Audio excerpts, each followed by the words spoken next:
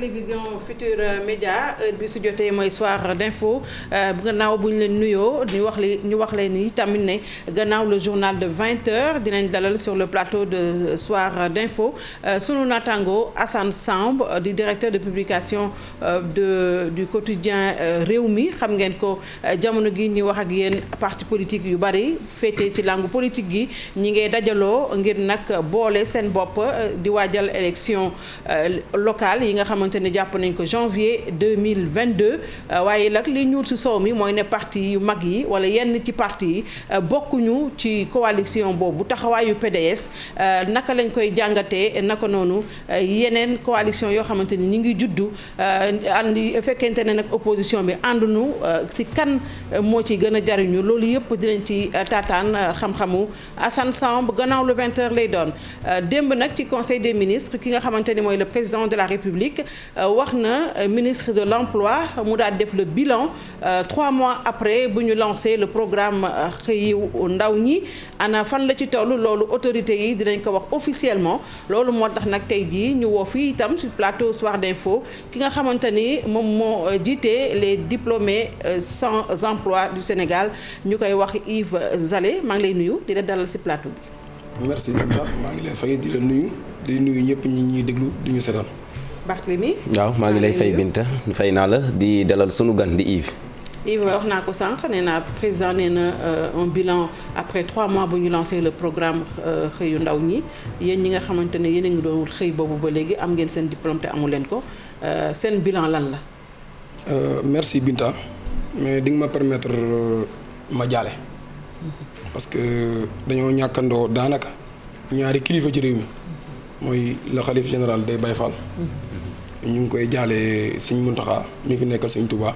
te di ko ñaanal mu yàgg fi lool te ànd ak wér.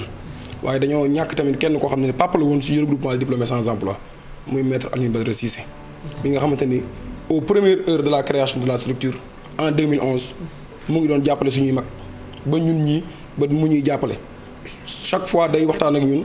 di ñu jàngal àdduna di ñu jàngal muñ moo tax ñu ngi ñaan yàlla yërmandeem ak lim liggéey ci Sénégal fekk ko fi mu nekk parce que je pense que tous les Sénégalais savent maintenant qui est Alioune Badara Cissé ban njëriñ la amaloon réew mi malheureusement nag ba mu fi jógee la ko nit ñi doo ko xam mais alhamdulilah nit moom soo dundee ba jógee fi ñëpp nangul la rek c'est un bon signe te am nañ ci yaakaar yomal xiyaam du fa am gàcce. Amiin. Alors la réponse.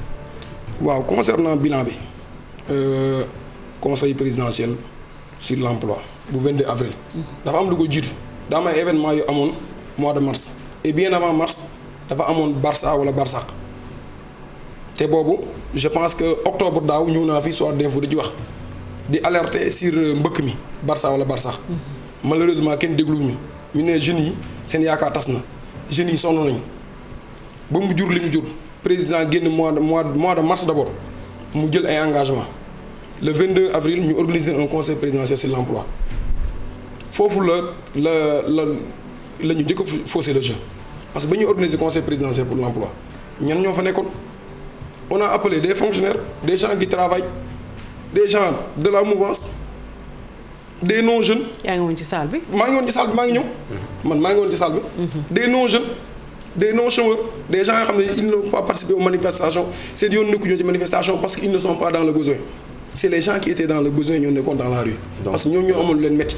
conseil présidentiel ba mu amee ñun ñi représente le regroupement des diplômés sans emploi une structure de plus de 7000 membres ñun on a été invité à la dernière minute et quand on a été invité on nous a privé de parole kenn joxuñu parole bindu nañ laaj nañ parole léegi def nañ nangu ñoo jox parole donc déjà le jeu était déjà faussé depuis conseil présidentiel ba. parce que mënoo ne da ngay joxe liggéey ngay jox nit ñoo xam ne am nañu liggéey ñuy wax au nom di ñu wut liggéey nga jël ñoo xam ne ni ils sont des non jeunes ñu ne ils parlent au nom des jeunes donc loolu le problème la te en fait c'est pas le conseil national le conseil national de la jeunesse moom mooy représenter toutes les entités de jeunes. ñoom benn entité la ci biir entité yi su ñu leen jëlee ñoom kese nga jiital leen moom moo jur li ñu jël bilan waaw j'aimerais bien qu'on fasse un bilan mais pour faire un bilan il faut faire le bilan de quelque chose qui existe xëyu ndaw yi. na bar lañ ci waxoon mais bar gi amul et je pense même que le président il a constaté que yëf yi barut. lu tax nga wax ko yëf yi barut parce que nous sommes à pratiquement 4 mois après le conseil présidentiel. ñun gisuñu dara gisuñu ku gis lu concret des promesses ñoom ñu ngi recruter. waaw d'accord. amul seeni membres yu ñu enrôlé. gisuñu ko pas au niveau de notre structure pas au niveau des connaissances parce que wax naa la on a une structure de plus de 7000 membres. et nous sommes très bien organisés les informations passent à temps. léegi da ngay xool rek dama lay jox benn exemple xoolal recrutement enseignants yi nébuleuse kese la 5000 enseignants nébuleuse kese la kenn mënu laa wax sur quelle base on a recruté les gens kenn mënu laa wax kii lañu on a recruté xoolal ils ont dit 5000 enseignants pourtant y a les diplômés de la FACEF yow yor nga numéro téléphone seen président y a des gens parmi eux qui n'ont pas été pris alors que ils pare nañ depuis 2013 c'est des gens qui ont été formés pour être des enseignants on a laissé de côté certains il y a des gens qui ont des masters d'enseignement am na fac science alors que on dit que y a pas assez d'enseignants scientifiques am na ñu am master d'enseignement fac science on les a laissés en rade am na ñoo xam ne ils étaient des enseignants ils étaient dans le privé ñooñu tamit ils reviennent vers nous pour nous dire que ñun affaire yi gisuñu suñu bopp le problème mooy le président il a la volonté le président il essaie des choses mais malheureusement ceux qui doivent dérouler la vision du président foofu la amee défaillance. tout le temps défaillance nga baal ma parce que aussi il ne faut pas faire la critique facile parce que président bu mu waxee ne xëyu ndaw ñi dafa génnee xaalis 450 milliards si ay pàcc après mu ne dinañ recruter d'urgence lii créer ay pôle emploi vraiment pôle employé boo fa demee di nga fa fekk ñu ni la DER les structures yi nga xam ne ñoom ñooy financer les jeunes les projets des jeunes di nga fa fekk tout sur place est-ce que yéen les chômeurs aussi déplacé wu ngeen dem vraiment présenter seen ay projets ba ñu wax leen ne kenn du leen financer parce qu'il est bien aussi de critiquer mais est-ce que dem ngeen jéem ñu ne leen mënul ne Binta ñun ci jéem lañ dëkk les jeunes là ci jéem lañ dëkk barki Dembo Ndiaye organiser concours ENA dama nga laajte chiffre ñaata personnes ñoo inscrire pour def le concours c'était des milliers de personnes et on sait que y avait pas de milliers de postes nit ñi jéem nañ plateforme enseignante dañuy wax ñaata personnes ñoo inscrire c'était dans les 100 000 inscrits pour combien de personnes 5 000 bu ñu wax ni jeunes yi jeunes yaa ngi. mënuñu d'accord je sais dañuy jël rek en fonction de li ñu évidemment on ne peut pas prendre tout le monde. Et on ne peut jamais prendre tout le monde. loolu ñëpp xam nañ ko parce que ñun dañuy dof. jàng nañ am nañ yenn niveau xam nañ ce qui se passe dans le pays xam nañ ce qui est possible et ce qui n'est pas possible. Y a de bonnes choses que nous reconnaissons y a de bonnes choses la volonté du président c'est une bonne chose mais aussi y a des initiatives qui sont très bonnes y a des initiatives qui sont prises par la direction de l'emploi c'est des bonnes initiatives le directeur Modou Fall il fait un bon boulot mais est-ce que loolu kese ça peut suffire emploi du direction de l'emploi kese du ministère de l'emploi kese. yéen ban façon emploi ngeen bëgg. dafa bëri emploi xam nga y a l'emploi public. y a l'emploi privé. y a l'auto-emploi et entrepreneuriat. yéen ban façon donc dama lay xaaral maa ngi ñëw. état bi nag si entrepreneuriat boobu la leen di gën a maa ngi ñëw. emploi public bi. dafa am lu ci état war a def. mooy concours yi mooy recrutement yi. su jógee ci loolu entrepreneuriat bi état day mettre à la disposition des financements au niveau des jeunes yi xam ne ils portent des projets. ñu mun leen accompagner ñu mën a dem dans l'entrepreneuriat mais dafa am aussi secteur privé. te dans tous les grands pays secteur privé ak industrie mooy absorber le plus grand nombre de demandeurs d'emploi. Mais est-ce que le secteur privé aujourd'hui il est assez fort pour pouvoir le faire? Est-ce que le secteur privé est assez accompagné pour pouvoir le faire? Donc c'est des questions. Est-ce qu'il y a un tissu industriel au Sénégal? Qu'est-ce qu'on a fait de l'industrie? Parce que tamit industrie ak transformation mooy créer emploi parce que ñooy jël par milliers am na loo xam ne état mënu ko. Mais le malheur mooy. À défaut d'avoir des industries yi créé yi tax ñu mën a absorber la demande d'emploi état dafa bëgg les jeunes entreprendre créé na ci lu bari loo xamante ne ñun ñëpp teg nañ ci suñu bët par exemple état employeur yokkaat nañu sax la manne financière pour rek employeurs yi mën di recruter bu fekkee ñun ñoo xam ne mënuñu recruter dañ leen ñu inciter ñu financer ñu wut ay projets yu viable bu ñu demee ñu daal di leen financer mais loolu yëpp tam aussi boo ko bëggee nag xëpp suuf nag Félix nag. ba Félix Yves. Non en fait xëpp ma ci suuf dama lay wax rek gis nga parlant d'entrepreneuriat nous au niveau de notre structure on a un projet. Je remercie au passage la mairie de Dakar madame la maire de Dakar moo ñu ci accompagner à travers le FODEC Soham Wardini 100 jeunes qui seront financés par la mairie et dañuy monter entreprise la plupart parmi ñi déjà ils ont déjà reçu leur LINA et le registre de commerce. Parmi nous. ñoo xam ne ni mairie Dakar moo leen di jàppale. mais su fekkoon tamit tous les autres le faisaient day gën a yomb c'est pour cela que nous lançons un appel à la DER. mu ñëw jàppale ci parce que c'est des jeunes sénégalais yoo xamante ne. mais ngeen ci pôle emploi yi. non maa ngi ñëw déposé maa ngi ñëw defal ndànk fii amul fu ñu demul pôle am feneen fu sax amul fu gars yi demul gars yi géej gi sax yaakaar nañ suñu jëlee géej gi dañu am liggéey moo dañu jël géej gi waaw non dama lay expliquer rek xam nga ni instant Barça bi commencé waat na cela veut dire que ça ne va toujours pas moo tax jeunes yi commencé na dugg ci géej gi donc il faudrait que les choses changent ça doit aller vite c'est trop lent initiative yi baax na mais dafa am lenteur bi nag xamuñu lu ko waral ba xam les gens ils ne peuvent pas faire ce que le président dit wala les gens ils ne veulent pas faire ce que le président dit mais il y a des lenteurs mais la volonté elle est là et déjà la simple volonté est à saluer c'est pour cela que ñuy rafetlu le fait que président jël initiative mais tamit Binta soo joxee dépense ne toggal leen ba jéebu jën ñu dem dama am ay gan ñu toggal la mbaxal wala ñu toggal la fondé et là y a problème donc foofu noonu président moo war a jël responsable dem parce que ñëpp ñi nga xam te ne dañoo laale emploi du ministère de l'emploi kese ñëpp ñu laale ci emploi président war na xool ñi nga xam ne mën nañ def li mu bëgg ñi mu répondre à sa vision mu maintenir doole mais ñi nga xam ne ni mënuñu répondre à sa vision ils ont des problèmes dans la solution ñu écarter leen pour ñu mën a avancer parce que 4 mois après président su demee ba laajte bilan cela veut dire que pratiquement 4 mois donc non laaj bilan c'est normal. c'est normal je sais que le bilan c'est normal mais président xam na ni yëf yi ni mu waree baru ko su ko baree woon. du laaj bilan su laajee bilan rek. am y a quelque chose qui ne va pas. mais il reconnaissait quand même que l'État ne peut pas tout faire l'État ne peut pas recruter tout le monde yéen vous êtes des diplômés sans emploi ni ngeen koy wax am na ñoo xamante ne jànguñu soxla nañ emploi. ñooñu peut-être ñu ngi jéem. ci lu ñu mën pourquoi pas vous ni ko Binta waxee ngeen am seen propre initiative def appel maintenant à l'État su fekkee ne lu mën a nekk la lu dëggu lu béton la mu jàppale leen ci côté boobu. waaw wax naa la sànq rek am nañu initiative yu am xam ne dañoo dem wax ko mairie Dakar madame la maire elle a été sensible ñu ngi ci jàppale de la même manière on a fait avec d'autres structures waxoon naa ko fi non maa ngi ñëw waaw defal ndànk rek maa ngi ñëw bu ma yaakaar di bind ma ne ñun demoon nañ à la DER déposer nos projets ba tey jii ne amuñu ci réponse exemple ñu ngi dem def ay concours ñii ku ci nekk ñun am na ci looy xëy yeewuñu rek tëdduñu rek di nelaw di xëy naan ça ne va pas ku ci nekk ñun am nga ci loo nekk mais su loo sañoon état jàppale la ci. yow ci loo nekk yow ci lan ngay yëngu. man je fais de la consultance. en quoi kon kay am nga emploi. non de question de am la parce que am ndax. tey non non bi de leeraay bi Sëñ Fallu lii leeraay Sëñ Fallu la. na sakal da man jaago Sëñ Fallu la lépp lu ne ci man rek Sëñ Fallu la. yaa ngi dégg léegi pour moo wax la leneen loo xam ne nii am na solo mais état xam nañ ni état mënut a jox ñëpp liggéey c'est pas possible. wax naa la nee naa la secteur privé ak industrie moo ëpp lu muy jël. mais dafa am lu ñuy woowee profession libérale. mais dans les professions libérales l'état ne paye pas de salaire.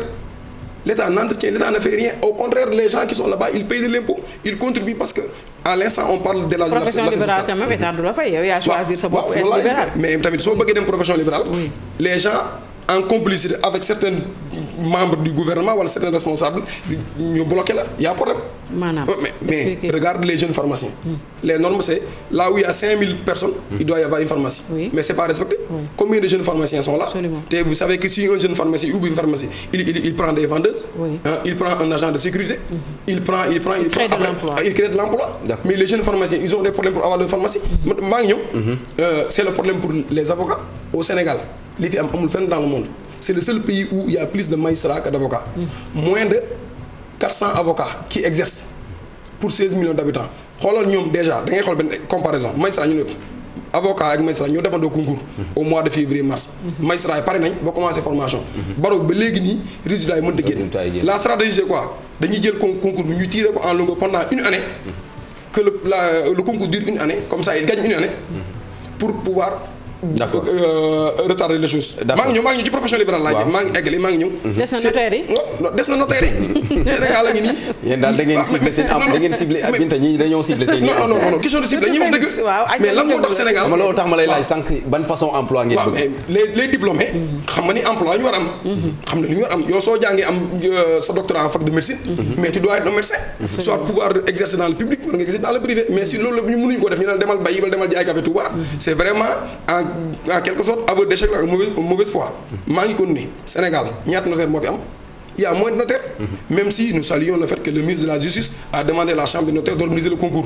Pour 25 personnes, 15 directs ak 10 professionnels.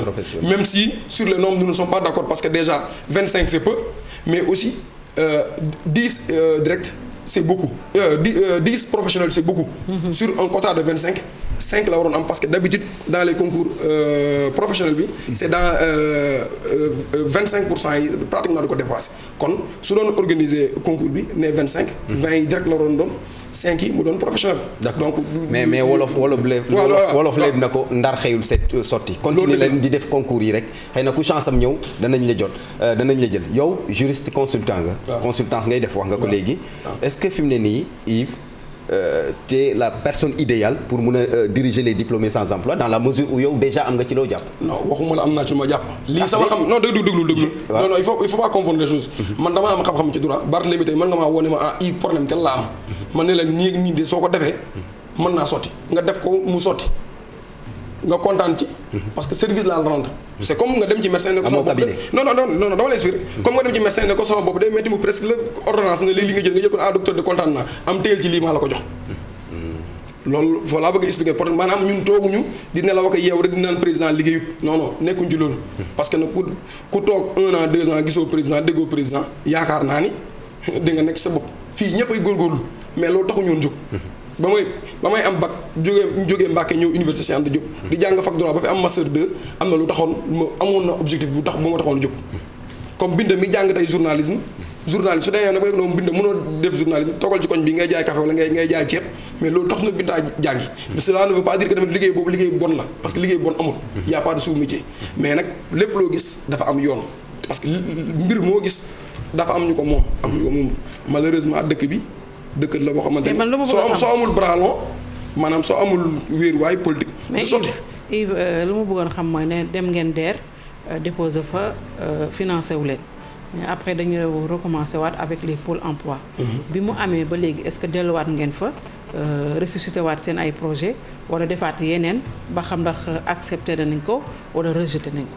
non wala di ngeen njëkkoon a déposé fa ngeen yem. non bi ñu njëkkoon déposé c'était dans le cadre du regroupement.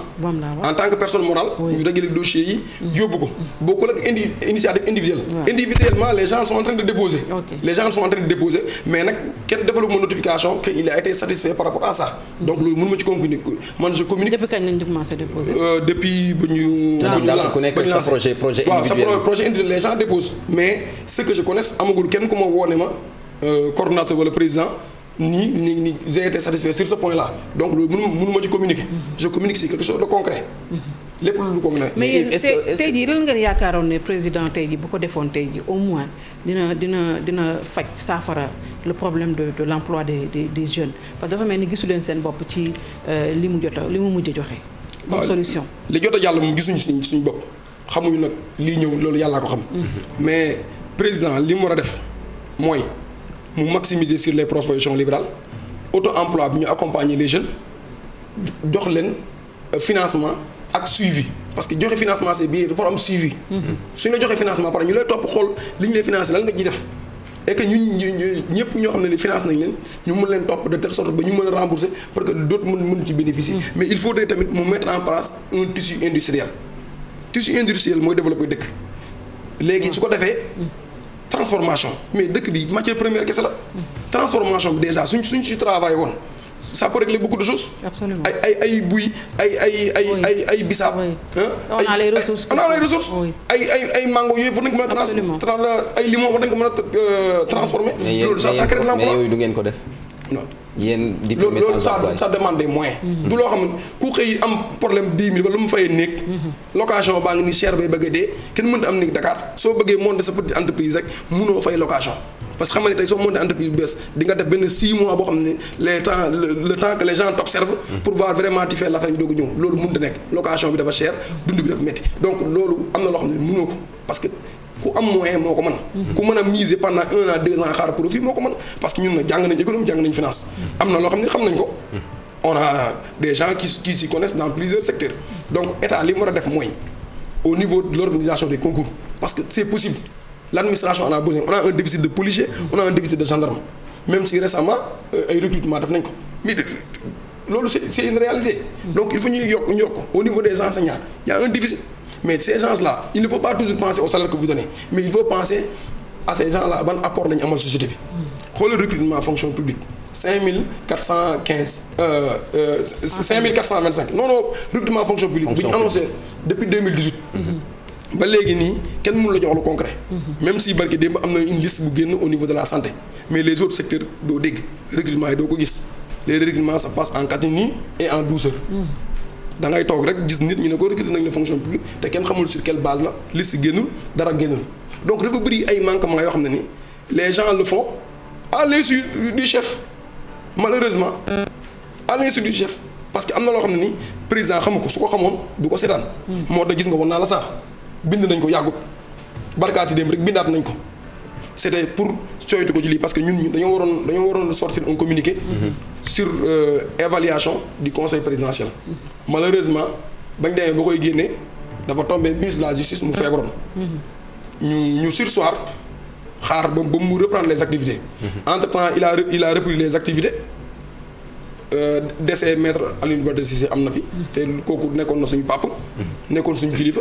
moo tax on n'a pas pu le faire. tey jii naka ngeen di dundee dëkk bi nu mu méttee hausse des prix inondation après ñu bëggati encore ne indi saafara ci xëyu ndaw ñi yooyu yëpp est-ce que état bi yaakaar nga ne mën na def face à ça dans un contexte Covid. En tout cas contexte Covid la xam naa ne ñun ñoo ci gën a perte. contexte Covid ñun ñoo ci gën a perte. parce que ñi amoon liggéey ñu ngi ñàkk seen liggéey donc ñu amul liggéey kii xamante ñu am liggéey ci diggante bi. loolu c'est évident on n'a pas besoin d'être un expert pour le savoir. c'est difficile les gens le vivent très difficilement. te yaa ngi wax ji wax naa la ko sànq location bi sonal na nit ñi fay location bi métti na. c'est un casse-tête pour les jeunes entrepreneurs c'est un casse-tête pour les jeunes yi nga xam ne dañuy xëy di góorgóorlu. donc c'est en tout cas c'est difficile il faudrait que le président nous entende mais il faudrait que le président nous comprenne parce que am na loo xamante ni sonn nañ ci gàttal sonn nañ lu ne def nañ ko dañoo bind ba sonn ba première dame bind nañ ko pour demander ko audience ndax yàlla xanaa moom su déggee suñu li ñuy daj xanaa moom dina ci mën a def dara parce que koo xalaat ci Sénégal rek yéen ba ngeen sosoo ba léegi Macky Sall mosu leen recevoir mosuñu recevoir bind nañ ko bindate ba ñu mujjee bind mu ngi nii gis nga ko ba ñu mujj bind war naa la ko sànq. yàggut. le 25 bi est-ce que lettre yi ngeen di bind day yegg. En tout cas ñun li ñu mën a def dafa am service courrier. qui est un service administratif de l'État du Sénégal et de la présidence fa la ñuy bind dem. ne président bëgg nañ laa gis pour waxtaan ak yow.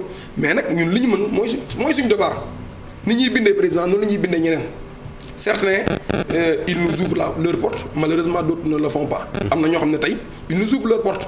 ñoo xam ne chaque fois ñu ngi waxtaan ak ñun wala ñu ngi ñuy nemmeeku. di ñu jéem a xool comment ils peuvent nous accompagner. et il y a des exemples. je vous ai parlé de la direction de l'emploi je vous ai parlé de la direction des ASP. il y a aussi la direction du COUD qui est très solidaire à notre situation. directeur fonction publique nag. directeur fonction publique moom bind ba sonn ñooñu moom ils ont mis une croix sur nous. le ministre de l'emploi non ñooñu moom dañoo def une croix sur nous. pourquoi le ministre de l'emploi ak yooyu. non waxuma le ministre de l'emploi. ministre de la fonction publique ak moom laa bëgg a wax. ministre de l'emploi non mais le directeur de l'emploi ñu ngi koy gis. ñu ngi koy dégg. xam nga tamit soo yoree ministère am un directeur qui dépend de toi ñu koy dégg. mooy Modou Fall ñu ngi koy dégg. ak même directeur de l'insertion aussi ñu ngi koy dégg. lu mu leen promettre comme possibilité d'emploi. pour le moment. daf leen di conseiller di xelal. daf ñuy conseiller di ñu xelal mais nous savons ses intentions pour nous. nous savons ses intentions pour nous loolu xam nañ ko. mais nag lu concret wul man boog dama ci communiquer. parce que continuer leen si nañ continuer seen initiative rek xëy na di ngeen gis buntu bi léegi. mbaa duñu retraité mbaa amul ñu jege l'âge de la retraite. en tout cas ñi ngi retraité commencé naa bëri de parce que gis nga gars yi dañuy pare def 10 ans 15 ans de chômage ñun notre doyen il est de 2007 la am maîtrise xam nga loolu c'est grave te ba léegi jàppul ci lu dara lu baax parce que concours yi tey concours soo ko defee 3 fois amatoo possibilité def ko ñu ne mënutoo ko def wala entre temps l'âge day ñëw te ci diggante bi dañuy mën nañ toog 2 ans 3 ans duñu organiser concours léegi ils veulent que yow doo vieillir ci diggante bi soo ñëwee ne def nga benn def nga ñaar yoon moo tax on a toujours proposé la réforme de l'ENA cycle A même agale cycle A ENA war nañ ko mën a yóbbu ba 40 ans cartouche yooyu ñuy def teguñu ko fenn parce que condition mooy am diplôme ku am diplôme bëgg a def na def ku am 40 ans def ENA tout en sachant la retraite à 60 ans mais ça c'est son problème c'est pas le problème mais des surtout autres. ngeen bañ a xeeb emploi yi nit ki mën nga am fii dara ba pare di gëstu feneen. waaw mais loolu la ñuy def loolu laa la wax. et puis ngeen miser ci entrepreneuriat aussi defe naa loolu ce sont les métiers d'avenir aussi il faut ngeen ciy miser bu baax di liggéey ci déglu état bi ci milliards yi mu naan génnee na ko quand même je pense que du chimère quand même am na ñoo xamante ñu ngi ciy gis seen bopp. waaw am na ñu gis seen bopp ñun gisuñu suñu bopp gisuñu mais nag n'empêche ñu ngi jéem ñu ngi continuer tendre la main à l'état pour ñu mën ñu jàppale ni ñu mairie Dakar jàppale état mu war na mën a def plus mais les autres maires aussi war nañu ko mën a def pour les jeunes de leur localité comme ça mu yomb parce que affaire bi du kenn nit du état kese du secteur privé kese du profession libérale kese du entrepreneur kese ñëpp ci war a bokk jàpp même seen patron Youssou Ndour war na ci mën a jàpp parce que ñun gisuñu ko ci combat bi te jàppale man boog personnellement Youssou Ndour ñu mu recruté yëpp da nga ko mën a non xaw man daal loolu ñeneen la bu fukki Youssou Ndour amoon ci réew mi chômage waaw loolu laa wax nii moom secteur privé fort gërëm la bu baax il faut un secteur privé fort absolument il faut que état bi accompagner créer des champions économiques parce que y a des modèles économiques dans ce pays dañ leen war a jàppale booster leen bu ko defee ñu gën a mën a créer emploi parce que nag ñoom tamit lu ñu mën rek la ñuy def état nag bu ne dafa bëgg créer emploi yaakaar naa ne sa vocation première n'est pas la création d'emploi mais créer les conditions de création d'emploi bokk na ci gën a dëgëral son secteur privé wala bokk ñi nga xamante ni ñi ngi jéem te seen loxo jotagul seen ginnaaw bu baax a baax kon xam naa ne état bi dina leen déglu président de la république naka noonu ndax nee nga directive yi muy faral di joxe duñu ko appliquer xëy na buy déglu directement ñi nga xamante ne ñooy les principaux concernés vraiment du nekk ci ay erreurs ak éternel recommencement ñi ngi lay gërëm bu baax Yves Zale gërëm la Barthélémy Ngom dem waaw dama koy tàggoo nga ba pare da ngay gërëm Yves waaw kon boog gërëmal boog ba pare ma tàggoo gërëm naa koy nee naa ko jërëjëf ñu ngi dem publicité après la publicité ñu retrouver Cheikh Diop pour le journal en wolof.